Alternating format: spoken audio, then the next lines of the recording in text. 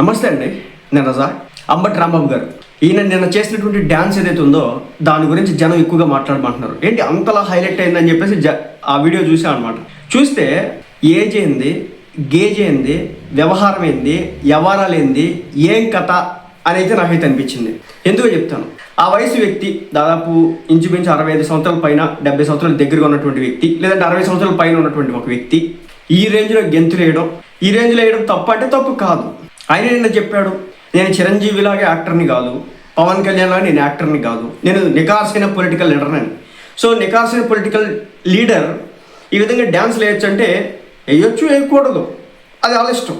అయితే ఇప్పుడు నేను చెప్పాలనుకుంటున్న అంశం ఏంటంటే, అంబటి రాంబాబు గారు మీరు ఒక మంత్రిగా చేసినారు, ఎమ్మెల్యేగా చేసినారు. ఎలాంటి డ్యాన్సే రోడ్డు మీద ఒక ముక్కు మొహం తెలియనటువంటి వ్యక్తి, సమాజంలో అతనికంటూ ఒక పేరు లేనటువంటి వ్యక్తి, లేదంటే కనుక రోడ్డు మీద అడుక్కునేటటువంటి వ్యక్తి వేస్తే ఎవడైనా పట్టించుకుంటాడా? నెంబర్ 1, ఎవడో పట్టించుకో. నెంబర్ 2, కూలీ పని చేసేటటువంటి వ్యక్తి కొంత మందు తాగి వేస్తే ఎవరైనా పట్టించుకుంటాడా? ఎవడో కూడా పట్టించుకోడు. కానీ మిమ్మల్ని ఎందుకు పట్టించుకుంటున్నారు? ఓకే, ఇదే డ్యాన్సు జగన్మోహన్ రెడ్డి గారు ఒకవేళ చేస్తే కనుక యాక్సెప్ట్ చేస్తారు జనం, ఛాన్సే లేదు. కానీ మీరు చేశారు, ఒక ఎమ్మెల్యేగా చేసి, ఒక మంత్రిగా చేసి, రాజకీయాల్లో కొన్ని దశాబ్దాలుగా ఉండి ఒక పేరు సంపాదించుకొని 60 నుంచి 70 సంవత్సరాల మధ్య వయస్కులైనటువంటి మీరు చేయడంతోనే ఇది సెన్సేషన్ అయింది. ఎందుకు సెన్సేషన్? ఎందుకంటే ఆయన హావభావాలు కావచ్చు, ఆయన చేసిన నృత్యం కావచ్చు, ఆయన మాట్లాడిన మాటలు కావచ్చు, ఆయన వ్యవహారాలు కావచ్చు, చూస్తే మనకి అనిపిస్తూ ఉంటుంది, ఏంటి మనిషి ఏంటి, లోకం ఏంటి. ప్రతి సంవత్సరం సేమ్ కాస్ట్యూమ్ వేసుకొని వస్తారు, సేమ్ సెటప్ పెట్టుకొని వస్తారు, సేమ్ కొరియోగ్రాఫర్లు డాన్సర్లు వేసుకొని వస్తారు, ఒకటే మ్యూజిక్. మళ్ళీ ఈ మధ్యన ఏదో కూటమి ప్రభుత్వానికి వ్యతిరేకంగా ఏదో పాట పెట్టించి దాని మీద ఏదో చేశారంట. సరే చేశారు, ఏమొచ్చింది ఆనందం? కొంతసేపు సునకానందం, ప్రజల్లో నానుడి. బేసిక్గా చాలామంది అడుగుతూ ఉన్నారు, అంబటి రాంబాబు గారు డ్యాన్స్ చేయడం వెనుక ఉన్నటువంటి కారణం ఏంటి? ఒక విషయం గమనించండి, ఆయన 4 గోడల మధ్యనే వేసుకోవచ్చు, లేదంటే కనుక ఆయనకి ఏదైనా ఫామ్ హౌస్ ఉంటే, ఆయన ఇల్లు ఉంటే కనుక అక్కడ ఒక పార్టీ లాంటిది ఏర్పాటు చేసి కార్యకర్తలు పిలిపించుకొని అక్కడ కూడా చేయొచ్చు. కానీ ఈ వ్యవహారం చూసినారు కదా, అసలు జనం ఇష్టం వచ్చినట్టుగా వచ్చి చుట్టూ కూడా హంగామా హడావిడి అంతా చేసినారంటే అక్కడ ఉన్నటువంటి అర్థం ఏంటి? ఆయన ప్రచారం కోరుకుంటా ఉన్నాడు. వైసీపీ పార్టీ కార్యకర్తల్లో నేతలు నేను ఒకడు ఉన్నాను, నన్ను ప్రతినిత్యం కూడా మీరు గుర్తించాలి, నన్ను ఎప్పుడు కూడా మీరు గమనిస్తూనే ఉండాలి, నేను ఏదో ఒక యాక్టివిటీ చేస్తాను, ఇందులో భాగంగా చంద్రబాబు నాయుడు గారినో, పవన్ కళ్యాణ్ గారినో, నారా లోకేష్ గారినో, టీడీపీనో, కూటమినో, ఎన్డీఏ పార్టీలలో టార్గెట్ చేస్తాను అనేది ఆయన చెప్పాలనుకుంటున్న అంశం.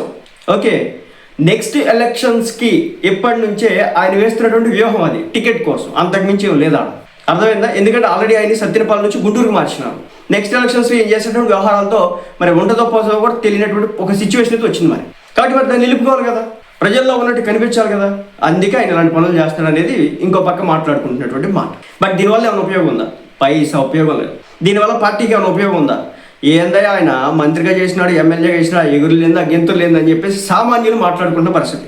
అలా కాకుండా ఎవరైనా సరే అంబటి రాంబాబు భలే డ్యాన్స్ చేసాడండి, భలే ఎంజాయ్ చేసినాడండి, భలే రక్తి కట్టించినాడండి అని ఎవరైనా ఒకరు అంటూ ఉన్నారా?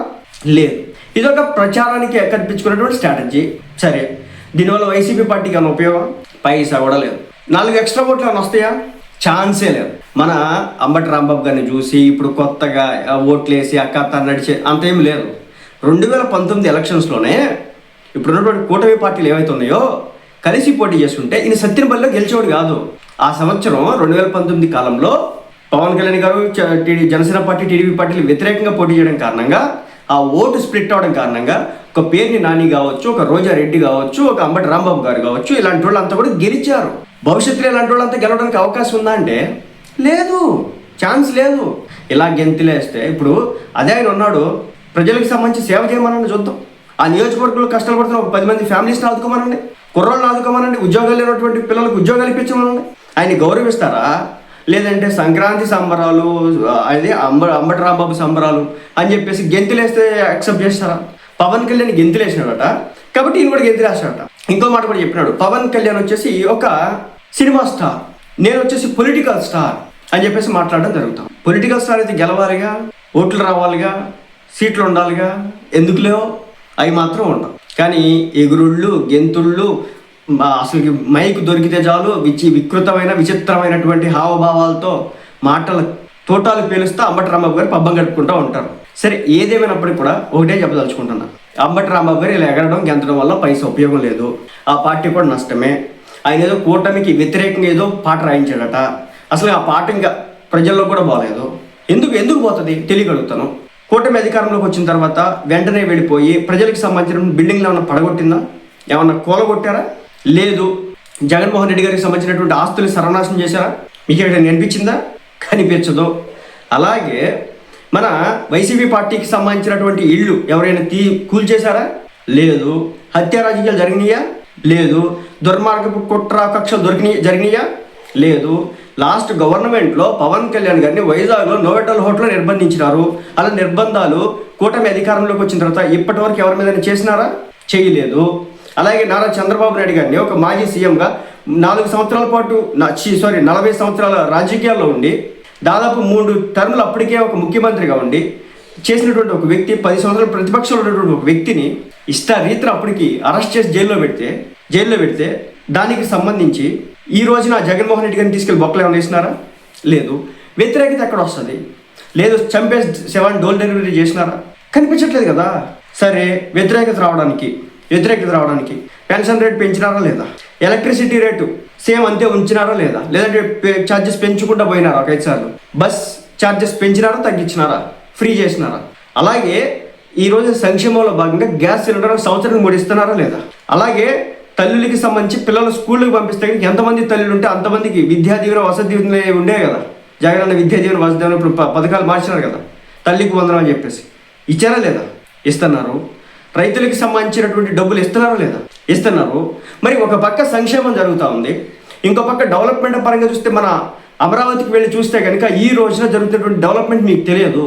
మీరు వేరే జిల్లాలకు సంబంధించినటువంటి వ్యక్తులు అయితే కుదిరితే ఈ సంక్రాంతికి అమరావతికి రండి, అక్కడ జరుగుతున్నటువంటి పనులు చూడండి, అక్కడ జరుగుతున్నటువంటి బ్రిడ్జెస్ చూడండి, నిర్మాణాలు చూడండి, మీకు తెలుస్తుంది. ఎందుకు వస్తుంది నెగిటివిటీ అంటా నేను. చంద్రబాబు నాయుడు గారు తప్పు చేస్తేనో, లేకపోతే పవన్ కళ్యాణ్ గారు తప్పు చేస్తేనో, నారా లోకేష్ గారు తప్పు చేస్తేనో, కూటమి పార్టీలు తప్పు చేస్తే కనుక ఇది తప్పు జరుగుతుందని చెప్పేసి వెంటనే మాట్లాడుతున్నాం కదా. ఏదన్నా ఎక్కడ తప్పు జరుగుతుంది అంటున్నాం కదా. కానీ మీ గవర్నమెంట్లో ఉన్నప్పుడు అసలు క్వశ్చన్ చేసేవాడు ఎవరైనా ఉన్నాడు? అది సంగతి. ఛాన్స్ లేదు. జగన్మోహన్ రెడ్డి గారు అధికారంలోకి వచ్చిన వెంటనే చేసిన మొదటి పని ఏంటంటే ప్రజావేదిక కూల్చడం. ఎవరి సొమ్మది? జనం సొమ్ముతో నిర్మించినటువంటి ఒక బిల్డింగ్, ప్రజలు సంబంధించినటువంటి కార్యక్రమాలు నిర్వహించుకోవడానికి కట్టినటువంటి ఒక బిల్డింగ్. ఆ బిల్డింగ్ని కూలదోసి ఒక రకమైన రాక్షసానందం పొందినారు. అలాంటివి ఇక్కడ జరగట్లేదు కదా. రోజు పిఠాపురం వెళ్ళండి, నారావారిపల్లి వెళ్ళండి, లేదంటే ఇక్కడ కుప్పం వెళ్ళండి, మంగళగిరి వెళ్ళండి, మిగిలిన నియోజకవర్గాలు వెళ్ళండి, పనులు ఎక్కడ జరగట్లే చెప్పండి. ఇప్పుడు గవర్నమెంట్ మారిపోద్దని చెప్పేసి ఆయన చెప్తున్నాడు ఎగిరే ముందు. సో ప్రతి నియోజకవర్గంలో కూడా పనులు జరుగుతున్నాయి. ఎవరు అంటున్నారు నిన్న ఏమంటే సంక్రాంతికి హైదరాబాద్ నుంచి, తెలంగాణ నుంచి, బెంగళూరు నుంచి ఇంటికి వస్తున్నారు కదా, మీ ప్రాంతాలు ఎలా ఉన్నాయి, మీ నియోజకవర్గాలు ఎలా ఉన్నాయి, వీడియోలు చేసి పెట్టండి అని చెప్పేసి. ఎస్, పెట్టారు. ఒకప్పుడు జగన్మోహన్ రెడ్డి గారు అధికారంలో ఉన్న టైంలో సంక్రాంతికి ఇక్కడికి వచ్చినప్పుడు ఈ దరిద్రగొట్టు రోడ్లు చూసి, మన ఎలక్ట్రిసిటీ ఏదైతే పద్దాడ పవర్ బోర్డు ఏదైతే ఉందో దాన్ని చూసి పక్క రాష్ట్రాల వాళ్ళు కూడా గొల్లు నవ్వారు. ఎవరో కేటీఆర్ గారు తన సభల్లో కూడా చెప్పారు, ఆంధ్ర రాష్ట్రానికి వెళ్ళి చూస్తే పరిస్థితి ఎలా ఉందని. ఈరోజు అలా ఉందా? ఆంధ్రాలో పవర్ కట్స్ ఉన్నాయా? ఆంధ్రాలో రోడ్లు అధ్వానంగా ఉన్నాయా? ఎందుకు నెగిటివిటీ వస్తుందా అంట నేను. కూటమి ప్రభుత్వం తప్పులు చేస్తే మేమే క్వశ్చన్ చేస్తున్నాం, మేమే అడుగుతున్నాం ఇక్కడ ఏదో తప్పు జరుగుతుందని చెప్పేసి. అయితే ఈరోజు అంబటి రాంబాబు గారు వచ్చి వార్నింగ్ల మీద వార్నింగ్లు, గెంతులు, ఎగురుళ్ళు. రోజారెడ్డి గారు కూడా నిన్న బయటకు వచ్చినారు, ఏదో ఒక వాళ్ళ సొంత ఛానల్కి ఇంటర్వ్యూ ఇచ్చుకున్నారు. ఆ ఇంటర్వ్యూలో మాట్లాడుతూ ఉన్నారు. చూస్తే ఆశ్చర్యం వేసింది. మరి వీళ్ళకి తగ్గదరా బాబు. ఇంకా ఒకటండి, జగన్మోహన్ రెడ్డి గారు మంచి చేస్తే మంచి అని చెప్పట్లేదా? చెప్తున్నాం కదా. కానీ మంచిగా కనపడట్లేదు.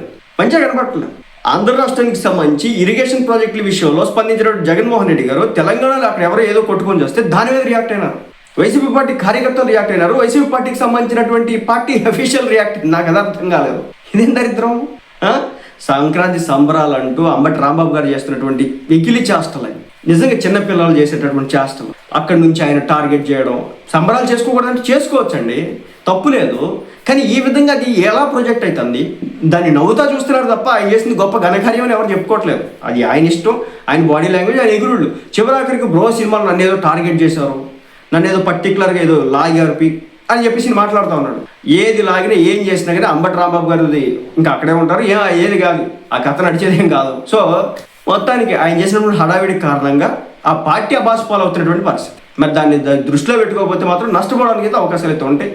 మరి చూడాలి ఏమైనా పద్ధతులు మార్చుకుంటారు. కొంచెం నోటి దురుసు తగ్గించుకుంటే చాలామంది వ్యక్తులు పార్టీ చాలా వరకు స్ట్రైట్ అవుతుంది, తగ్గించుకునే ప్రసక్తి కనిపించట్లేదు నాకు.